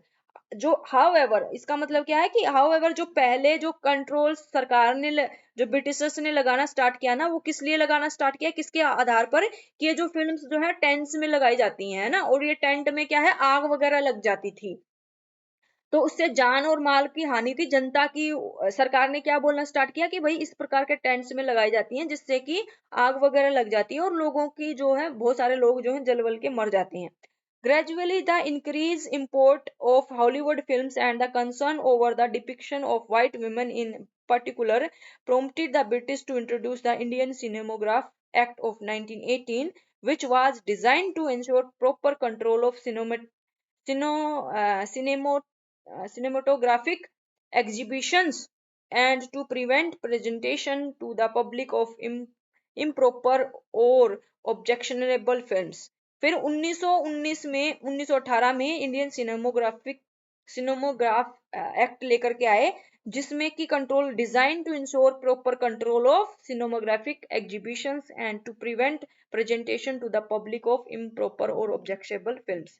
और इसमें क्या कर दिया गया, ऐसी इस act के तहत ऐसी जो है मूवीज वगैरह फिल्म वगैरह जो नहीं दिखाई जाएंगी जो इम्प्रॉपर और ऑब्जेक्शनेबल हैं, यानी कि लोगों को लगे कि ये हमारे संस्कृति के खिलाफ हैं और जो है इसमें जो है सही नहीं दिखाया जा रहा, ऐसी मूवीज पर बैन लगाने के लिए Indian cinematograph act of 1918 British government लेकर आई, followed by the additional measures in 1920 wherein films could only be shown on permanent premises। 1920 में फिर से एक बहुत बड़ा कदम उठाया ब्रिटिशर्स ने कि जो मूवीज हैं वो सिर्फ परमानेंट प्रीमाइसेस में ही दिखाई जा सकती हैं, जो टेंट वगैरह में दिखाते थे उसमें नहीं दिखाई जाए। Adds oppose the peripatetic tent shows, है ना, उसको अपोज कर दिया गया, जो पेरिपेटिक मतलब जो मूवेबल टेंट्स थे उनमें नहीं दिखाई जाएंगी। Consequently 3 sensor boards comprising the British as well as Indians were set up under executive control in Bombay, Calcutta and Madras, and Rangoon and later in Lahore, with the Commissioner of Police for the province acting as the chairperson of each board and were to screen the films for objectionable references to sex, violence or any disloyalty among the subjects towards the British। फिर क्या हो गया, consequently मतलब कि इन्हीं के चलते हुए 3 जो है सेंसर बोर्ड बनाए गए, ठीक है, जिसमें कौन कौन थे, ब्रिटिशर्स थे और इंडियंस भी थे। और किसके अंडर में थे ये, executive control in Bombay, Calcutta and Madras. 3 sensor board बनाए गए थे, किस किस के, बॉम्बे, कलकत्ता और मद्रास के। और फिर एक रंगून भी था और लाहौर, बाद में लाहौर में भी बना, with the commissioner of police for the province acting as the chairperson of each board. तो जो प्रोविंस का जो कमिश्नर ऑफ पुलिस होता था वो इसका चेयरपर्सन होता था इस बोर्ड का, ठीक है। And word to screen the films for objectionable references to sex, और उसमें देखा जाता था कि मूवीज वगैरह में सेक्स वगैरह तो नहीं दिखाया जा रहा, वायलेंस वगैरह तो नहीं दिखाया जा रहा, और ब्रिटिशर्स के खिलाफ कुछ ऐसा तो नहीं, डिसलॉयलिटी का मतलब है कुछ ऐसा तो नहीं दिखाया जा रहा है कि जो ब्रिटिशर्स के खिलाफ हो, कि ब्रिटिशर्स के जो हितों को हानि पहुंचाने वाला हो, ठीक है। The first world war only heightened the anxieties of the British, necessitating striker stricter control, particularly over imported films that contained references to the Russian Revolution as well as Italian and Japanese nationalism, and at the same time mass politicization within India, be it via the Khilafat movement, the non-cooperation movement, and anti-Rowlatt Act agitations, gave further credibility to the British fear of the use of performative arts for political propaganda। First world war के बाद अंग्रेजों को ये डर था कि कहीं पे, क्योंकि फर्स्ट वर्ल्ड वॉर में हमने बताया ना कि जो यूरोपियन कंट्रीज थी उनकी बहुत बड़ी बुरी हार हो रही थी, ठीक है ना। उसके बाद से ब्रिटिशर्स ने ये देखना स्टार्ट किया, और 1917 में आप लोगों ने देखा रशियन रेवोल्यूशन भी हुई थी और वहां पर क्या कम्युनिज्म को स्टेब्लिश किया गया था। तो ब्रिटिशर्स ने ये देखना स्टार्ट किया कि जो इंडिया में जो इम्पोर्टेड मूवीज हैं कहीं उनमें रशियन रेवोल्यूशन के बारे में तो नहीं दिखाया जा रहा, कहीं उसमें इटालियन और जापानीज जापान का जो नेशनलिज्म है, राष्ट्रवाद, उसके बारे में तो नहीं दिखाया जा रहा, कहीं उसमें खिलाफत मूवमेंट के बारे में तो नहीं दिखाया जा रहा, कहीं उसमें नॉन कोऑपरेशन मूवमेंट के बारे में नहीं दिखाया जा रहा। क्यों? अगर ये सारी चीजें दिखाई जाएंगी तो लोगों तक आइडियाज स्प्रेड होंगे, लोगों तक इंफॉर्मेशन जाएगी, ठीक है। तो उस तरीके से, और अंग्रेजों ने इस प्रकार से जो राजनीतिक जो प्रोपोगेंडा था परफॉर्मेंस के थ्रू लोगों तक राष्ट्रवाद की भावना पहुंचाने के जो भी मूवीज का जो जरिया था उस पे कंट्रोल करने की कोशिश की, ठीक है। Indeed, while many films of the silent era were mythologically devotionally, they were censored for their nationalist symbolism, such as Bhakt Vidur. इसी प्रकार से 1920 में एक मूवी भक्त विदुर पब्लिश हुई थी, उसको बैन कर दिया गया on the account of its allegorical presentation of Gandhi's political activities, with the protagonist Vidur, a character from the Mahabharata, shown as wearing khadi, the Gandhi topi, and spinning the charkha, the version of stumble. And American film that showcased an Arab girl entering a mosque was also banned for the fearing of agitating Muslims. And Sahidi Jatha was banned. ये कुछ movies थी जिनको ban कर दिया गया था। क्यों? क्योंकि उनमें ऐसी जो है इंफॉर्मेशन दी गई थी, ऐसा दिखाया गया था जिससे ब्रिटिशर्स को लग रहा था कि इससे हमारे लोग हमारे खिलाफ खड़े हो सकते हैं। ठीक है।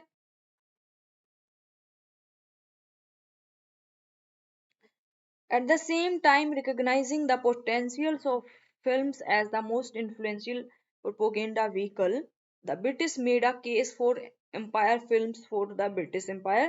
The aim of these films were twofold: to instill loyalty and patriotism amongst the colonized towards the British.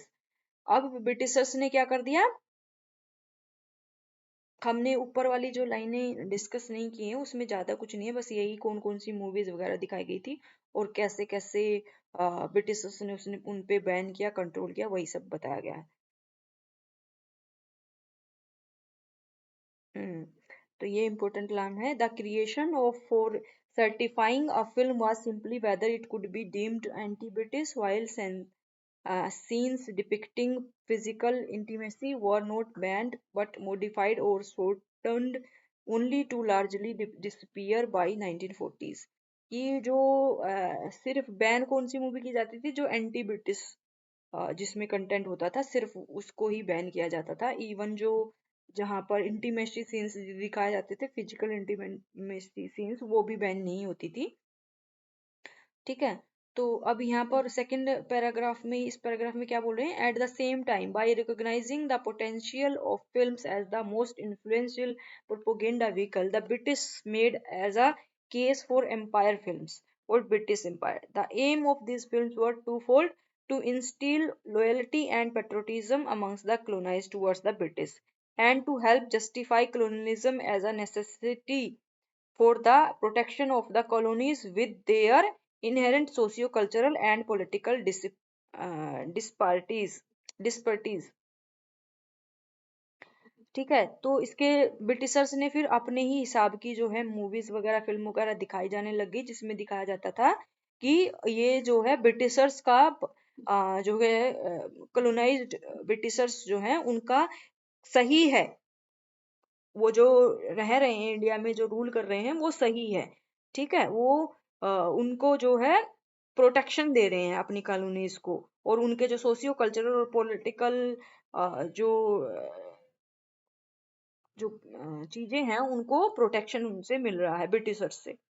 While the Empire films were often met with popular hostility and had to be checked before being released in India, in 1942 further efforts were made to ensure that these officially approved films were mandatory shown in India, centrally seeking India's cooperation in the ongoing war।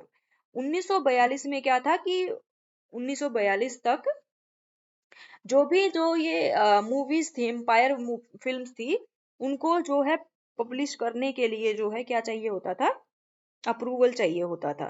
ठीक है। तभी वो भारत में दिखाई जा सकती थी।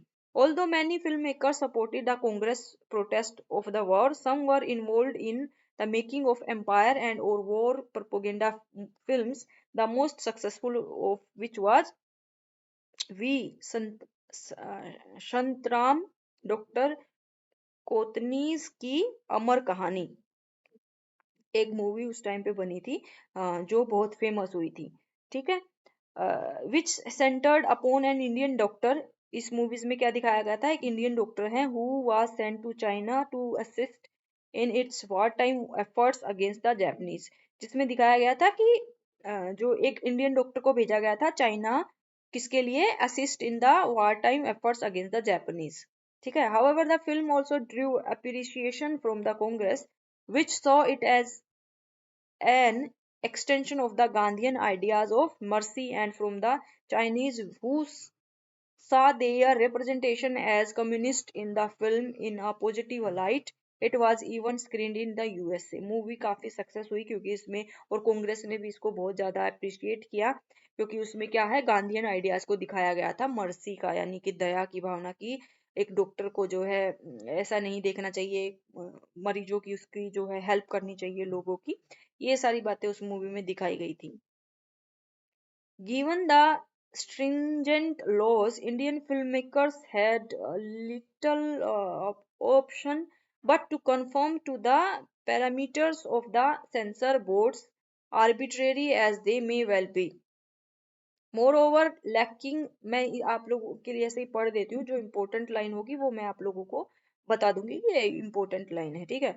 More over lacking support from prominent Indian leaders who continue to maintain a distance from cinema, film makers stuck to mythological and devotional films during the silent era. ये सब बताई गई है कि हालांकि जो प्रोमिनेंट इंडियन लीडर्स थे उन्होंने continue to maintain a distance from cinema, उनसे जो है सिनेमा से डिस्टेंस बनाए रखा, और जो फिल्म मेकर्स थे वो ज्यादातर मैथोलॉजिकल और डिवोशनल मूवीज ही बनाया करते थे साइलेंट ईरा में, choosing to combine their persistent popularity with the epic melodrama of the talkies and elements of specularity characterized by huge production value, music and dance, and of course via stunt films, a trend that continued to well into the years after the arrival of talkies in India। और इस प्रकार का जो trend जो है, जब बोलने वाली मूवी भारत में बनने लगी तब तक चलता रहा। अब हम देखते हैं कि post independence cinema till the 1980s, स्वतंत्रता के बाद 1947 से 1980 तक सिनेमा कैसा था। ठीक है, during the first decades of Indian independence, cinema was identified as one of the means to create a national culture, to integrate the and infuse the nation state with a sense of idealism and hope, while simultaneously providing a cultural critique of post-colonial India, and India which continued to navigate its inheritance of divisions and inequalities and its alienation of those on the margins। जो मतलब independence के बाद जो cinema था, उसने उसने basically जो है नेशनल कल्चर को जो है, और एक तरीके से राष्ट्रीय एक अलग हम बोल सकते हैं इंडिया क्रिएट करने में बहुत हेल्प की, नेशन स्टेट इंडिया को जो है, और उसमें जो है बहुत ही आइडलिस्टिक दिखाया गया कि हमने अंग्रेजों से आज़ादी ले ली है और हम बहुत अच्छा भारत जो है अपने, क्योंकि अंग्रेज क्या करते थे, अत्याचार करते थे, तो उस इन मूवीज में कैसा दिखाया गया कि अब जो है भारत में सारे अत्याचार खत्म हो जाएंगे, किसी भी प्रकार का जो है कोई भी अत्याचार नहीं रहेगा, लोग आजाद हो चुके हैं। तो ये सारी चीजें, ये सारी सेंस जो है इंडिपेंडेंस के बाद मूवीज में दिखाई जाने लगी। ठीक है, इसमें से द गोल्डन 50s, 1950 का जो समय है उसको गोल्डन 50s बोला जाता है, और वो एक बहुत ही बेहतरीन समय था।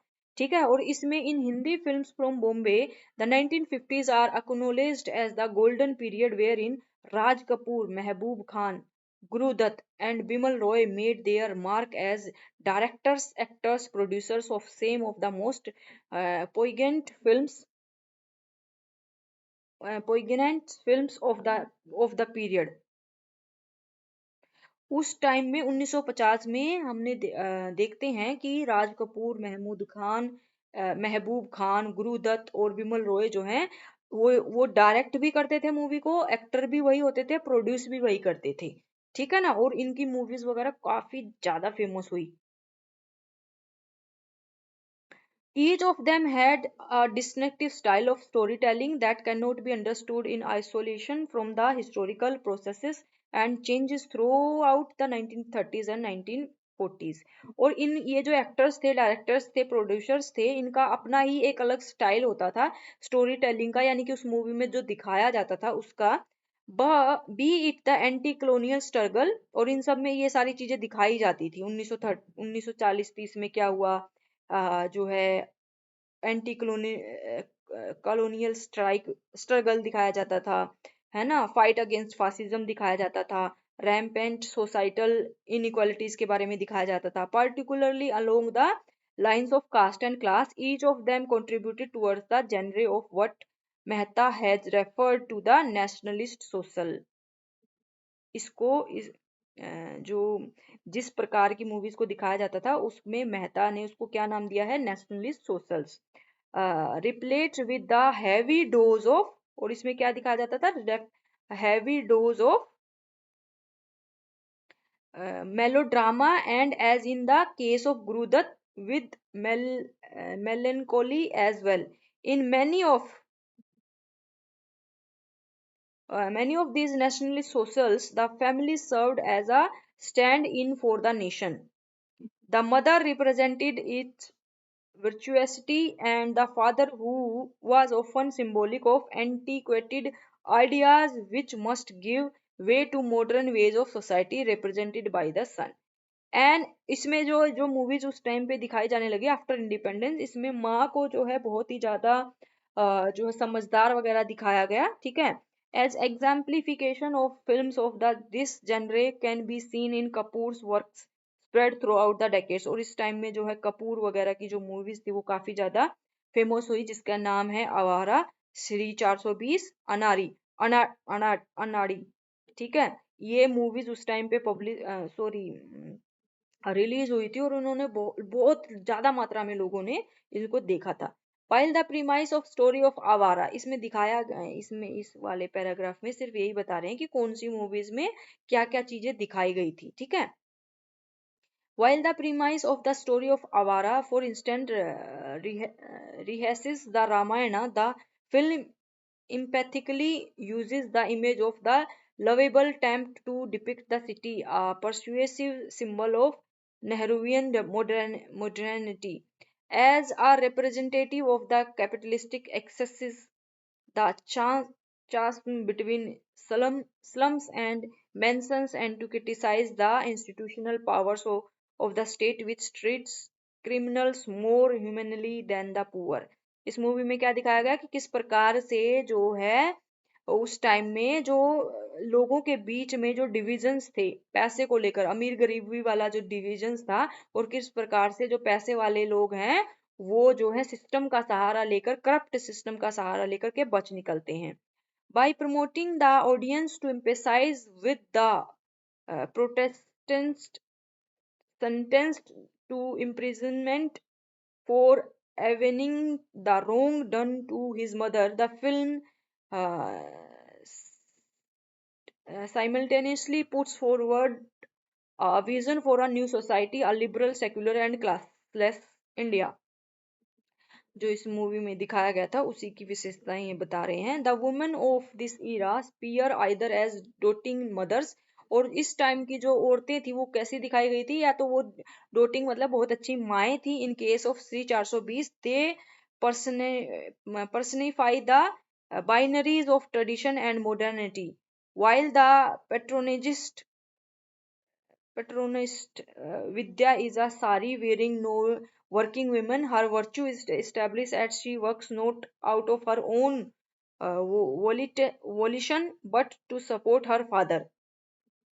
ठीक है ना, इसमें क्या है कि वुमेन्स की जो इमेज एक क्रिएट की गई कि औरतें कैसी होनी चाहिए, उसके बारे में इन सारी मूवीज में दिखाया जाता था। And is engaged in the noble women friendly profession to teaching kids from her slum, and is juxtaposed with the cunning cigarette smoking, western evening gown wearing and corrupting माया।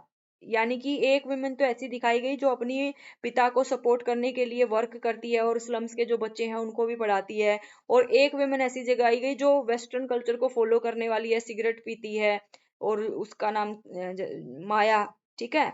मतलब इसमें इस प्रकार से विमेन्स की जो है एक अच्छी विमेन किसको बताया गया, जो अपने माँ बाप अपने पिता की को सपोर्ट करने के लिए काम करती है और फिर स्लम्स के जो बच्चे उनको भी पढ़ाती है, और दूसरी तरफ एक बिगड़ैल लड़की को दिखाया गया। ठीक है ना, इस प्रकार की मूवीज उसमें मतलब उस टाइम की मूवीज में ये सारी चीजें दिखाई जाती थी। With the film expectedly ending with the hero uniting with the virtuous and moral heroine, a trope which was also repeated in Grudat's Mr. and Mrs. 55 इसी प्रकार की। अच्छा, इस मूवी में एंड में क्या है कि जो अच्छी लड़की थी उसको हीरो मिल जाता है। ठीक है, और इसमें ऐसी ही इसी प्रकार की कहानी जो है गुरुदत्त की मिस्टर एंड मिसेस 55 उसमें दिखाई गई। ठीक है, और strike satirical take on the Hindu marriage bill and charts that transformation of an outspoken does not want to get married at the age of 20 young women who swaps her frocks for saris, her independence of a narrowly defined understanding of wifely devotion, and finds her happiness in domestic upon marriage and the at the feet of her husband। अब इस movie में क्या दिखाया गया, किस प्रकार से एक जो लड़की है, हिंदू मैरिज बिल के बारे में इसमें दिखाया गया कि 20 साल की होने के बाद भी वो शादी नहीं करना चाहती है। फिर बाद में धीरे धीरे उसको समझ में आता है कि किस प्रकार से जो अच्छी जो सही हैप्पीनेस है, असली खुशी है, वो एक डोमेस्टिक में है, शादी में ही है और अपने हस्बैंड के चरणों में है। तो ये प्रकार से जो है औरतों की एक प्रकार से इमेज सेट की गई इन मूवीज में। ठीक है, nevertheless if the women as a wife must remain the preserver of the Indianness, the women as a mother must reproduce the reproduce and nurture a generation that would uphold the values of Bharat माता। और इसमें क्या दिखाया जाने लगा कि वो जो वाइफ है उसको क्या है, वो एक उसका कर्तव्य है, उसमें इंडियननेस दिखाई गई, भारतीयता दिखाई गई, और उनका क्या है कि वो बच्चे पैदा करेगी और उनको नर्चर करेगी और ऐसी उनको जो है बनाएगी, ऐसी उनको सीख देगी जिससे कि वो भारत माता के वैल्यूज को, वो बच्चे कैसे होंगे, भारत माता के वैल्यूज को मानने वाले होंगे, अपने देश के लिए जान निछावर करने वाले होंगे। ऐसा उन मूवीज में उस टाइम में आफ्टर इंडिपेंडेंस दिखाया जाता था। This brings us to what remains one of the most iconic films of the independence India, Mehboob Khans mother India.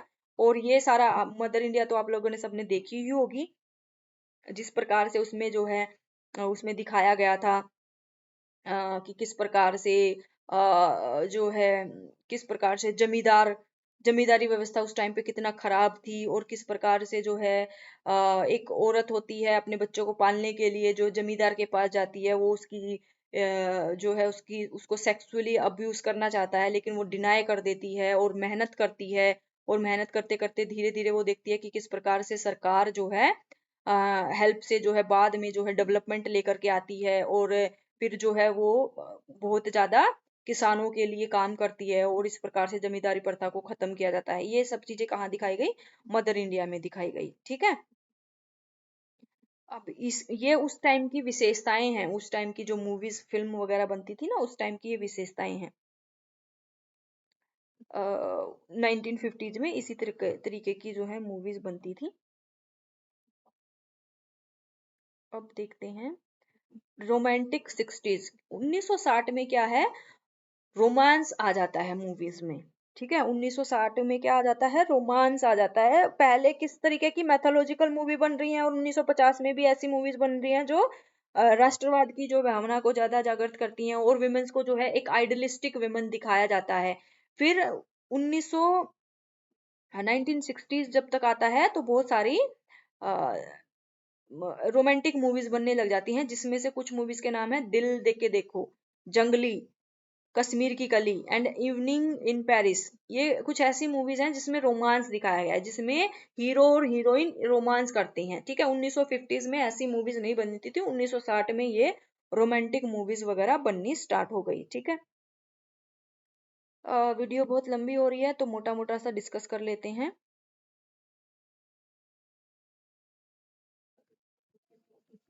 अब है मेलोड्रामेटिक 70s एंड 80s।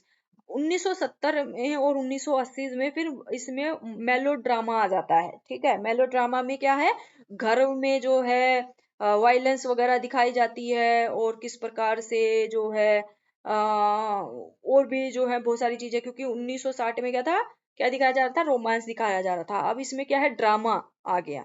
ठीक है, बहुत सारा चीजें जो हैं इसमें और उस टाइम पे हम देखते हैं कि बहुत सारा 1900 यहाँ पे लिखा हुआ है ना, इंडो पाक वार भी होता है 1971 में। ये सारी चीजें भी क्या है, उस पे मूवीज पे इन्फ्लुएंस डालती है। और हम देखते हैं कि इस टाइम पे राइज ऑफ अमिताभ बच्चन, ठीक है, और उनकी जो है मूवी बनती है, जंजीर बनती है, ठीक है, दीवार बनती है, शोले बनती है। इसमें क्या है, ड्रामा दिखाया जाता है। ठीक है, और ये किसके द्वारा लिखी गई थी, सलीम खान और जावेद अख्तर द्वारा। ठीक है, और ये एकदम से अलग टाइप की मूवीज थी, जिसमें क्या है, एक गरीब आदमी किस प्रकार से जंजीर में भी और दीवार में भी और शोले में भी एक हीरो जो है गरीबी से उभर करके जो समाज में जो बुराइयां फैली हुई हैं उनसे लड़ता है। जिस प्रकार से जो हरेसमेंट होती है, जो अमीर लोग जो गरीब लोगों का शोषण करते हैं, उसके बारे में इन सब मूवीज में दिखाया जाता है। Era of liberalisation and globalisation and privatisation. अब हम देखते हैं कि 1980 तक हमने देख लिया कि कौन कौन से चेंजेस आए, और हम 1990 में क्या देखते हैं, हम लिबरलाइजेशन, प्राइवेटाइजेशन एंड ग्लोबलाइजेशन। जैसा कि मैंने आप लोगों को पहले भी बताया था कि बहुत सारे जो है प्राइवेटाइज जो चैनल्स हैं वो आ जाते हैं विदेशों के लिए। FDI, foreign direct investment, Bharat में आ जाती है 1990 में। उससे क्या है, जो विदेशों के जो प्राइवेट चैनल्स थे, प्राइवेट कंपनीज थी, प्राइवेट मूवीज थी, वो कहाँ भारत में दिखाई जाने लगती हैं। ठीक है,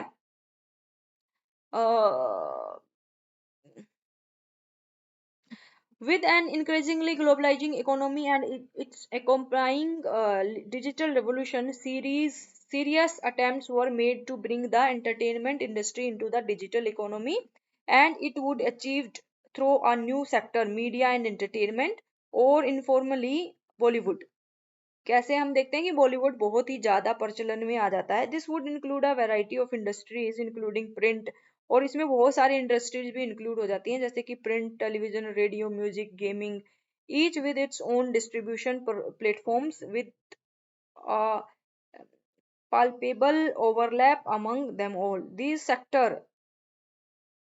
ये इतना ज्यादा इम्पोर्टेंट नहीं है। मेन इम्पोर्टेंट बात यही है कि 1990 में जो है बहुत सारे प्राइवेट चैनल्स, बहुत सारी बाहर की कंपनीज आ जाती हैं, जैसे कि इसमें क्या है, अनिल अंबानी की जो है रिलायंस मीडिया वर्क्स, और इंटरनेशनल बहुत सारे चैनल्स जैसे कि फॉक्स, डिज्नी, वायाकम, ये सारे जो है एंटर हो जाते हैं इंडियन मार्केट में। ठीक है ना, और बहुत सारी जो website such as indiafm.com in 1990s created a community of diasporic Indians as an NRI audience for Indian films served as important sites for making and promoting films in addition to both print and television। और इस प्रकार से जो है और भी जो है ऑडियंस ऐड हो जाती है, जो एनआरआई होते हैं, जो भारत से बाहर होता है।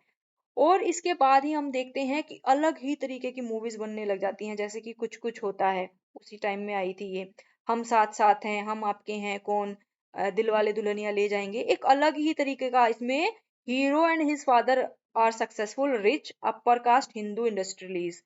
इनमें क्या दिखाया जाता है कि किस प्रकार से हीरो जो है एक अमीर बाप का बेटा होता है, और कैसे वो प्यार में पड़ जाता है, और अपने प्यार को पाने के लिए वो जो है कुछ भी काम करता है, मजदूरी करता है, और ये सारी चीजें मतलब इस प्रकार से दिखाई जाती हैं। और जैसे कुछ कुछ होता में किस प्रकार से शाहरुख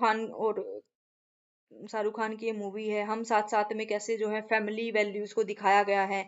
हम आपके कौन में भी हैं, किस प्रकार से जो है जो जो वैल्यूज हैं, सोसाइटल वैल्यूज हैं, उनको दिखाया गया कि एक बहन जो है अपने प्यार को न्यौछावर कर देती है अपनी जिम्मेवारियों के लिए। दिलवाले दुल्हनिया ले जाएंगे, है ना, ये सारी मूवीज जिसमें शाहरुख खान जो है अपने बाप, बिगड़ैल बाप का बेटा होता है, और लड़की को पाने के लिए जो है बहुत सारे सेक्रीफाइस करता है। तो ये कौन सी हम, हाँ, तो आज की इस यूनिट को जो है हमने डिस्कस कर लिया है, कंप्लीट हो गई है। कुछ भी समझ में नहीं आए तो आप लोग कमेंट करके पूछ सकते हो। बीच का जो है 1900 ये कुछ पार्ट जो है हमने स्किप कर दिया है क्योंकि वीडियो बहुत लंबी हो रही थी। आप लोग इसमें से देख सकते हो, और नहीं भी अगर देखोगे तो बस ये वाला जो थीम है ना, the melodramatic 70s and 80s, ये सारी चीजें लिख देना, और उसके अंदर में जो है आप अपने हिसाब से जो भी मूवीज आप लोगों को याद हो उनके बारे में जो है आप लोग डाल सकते हो, उसकी इन्फॉर्मेशन डाल देना। ठीक है, तो ज्यादा प्रॉब्लम नहीं होगी, बहुत इजी है ये। कुछ मूवीज के नाम बस याद रख लेना कि कौन से टाइम पे कौन सी मूवीज ऐड हुई, और उनकी डिटेल्स लिख देना, उस मूवीज में क्या क्या बताया गया है, और उसको एनालाइज कर देना। ठीक है।